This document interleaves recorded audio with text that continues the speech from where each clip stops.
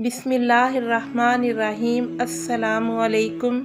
یہ video YouTube family کی سب سے پیاری اور پسندیدہ ترین ویڈیو ہوگی انشاءاللہ، جس میں میرے اور آپ کے آقا حضرت محمد مصطفیٰ احمد مجتبیٰ صلی اللہ تعالی علیہ وآلہ وسلم کا حلیہ مبارک بیان کرنے اور سننے کی سعادت خوش نصیبوں کو ملنے والی ہے۔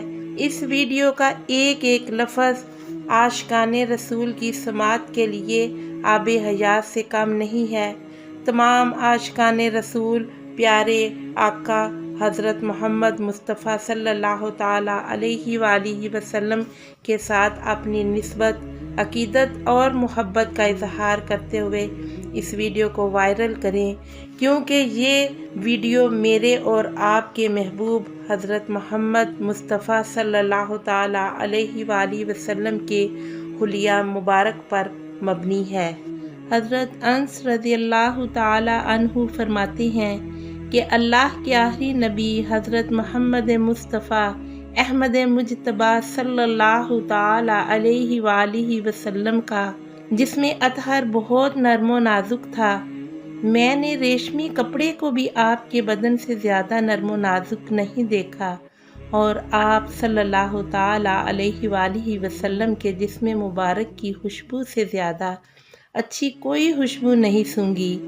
آپ صلی اللہ تعالی علیہ وآلہ وسلم کے خصائص میں سے ہے کہ آپ صلی اللہ تعالی علیہ وآلہ وسلم کا سایہ نہ تھا۔ سورج، چاند یا کسی بھی روشنی میں سایہ زمین پر نہیں پڑتا تھا۔ آپ صلی اللہ تعالی علیہ وآلہ وسلم کے دونوں شانوں کے درمیان مہر نبوت تھی۔ آپ صلی اللہ تعالی علیہ وآلہ وسلم کا قد مبارک درمیانہ تھا۔ آپ کا معجزہ تھا کہ جب الگ ہوتے تو درازی مائل درمیانہ قد والے ہوتے، اور جب اوروں کے ساتھ چلتے یا بیٹھتے تو سب سے بلند دکھائی دیتے۔ آپ صلی اللہ تعالی علیہ وآلہ وسلم کا سر انور بڑا تھا، مبارک زلفیں ہلکی گھنگریالی تھیں۔ آپ صلی اللہ تعالی علیہ وآلہ وسلم کا چہرہ مبارک جمال الہی کا آئینہ تھا، یوں چمکتا جیسے 14ویں کا چاند۔ حضرت انس رضی اللہ تعالی عنہ فرماتے ہیں، نبی پاک صلی اللہ تعالی علیہ وآلہ وسلم کے چہرہ مبارک کا رنگ نہ تو چونے کی طرح بالکل سفید تھا، نہ ہی گندمی، بلکہ آپ سرخ و سفید اور چمکدار چہرے کے مالک تھے۔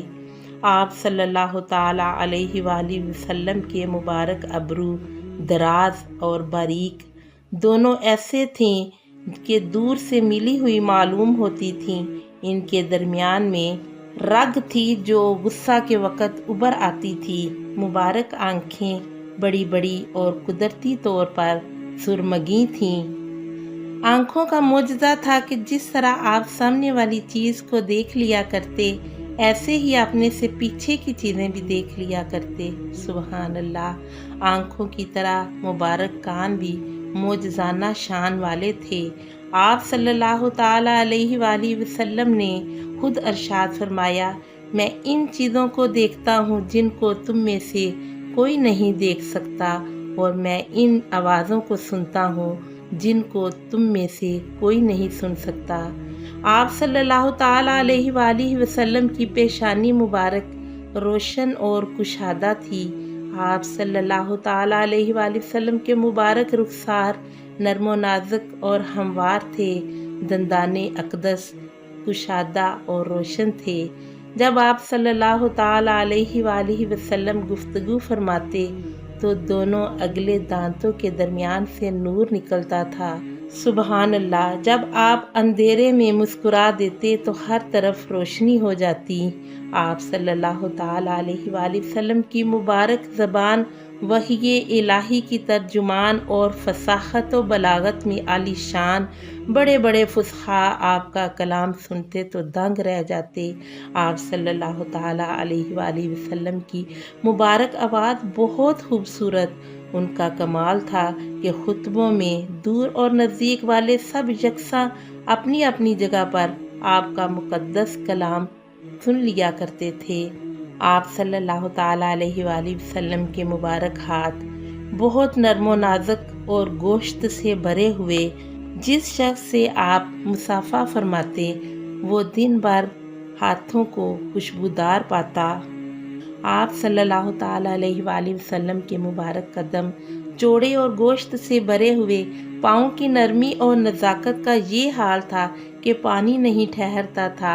آپ صلی اللہ تعالیٰ علیہ وآلہ وسلم چلنے میں بڑے وقار سے قدم شریف کو زمین پر رکھتے، جب چلتے تو یوں لگتا جیسے اوپر سے نیچے اتر رہے ہوں، ہر قدم جما کر رکھتے۔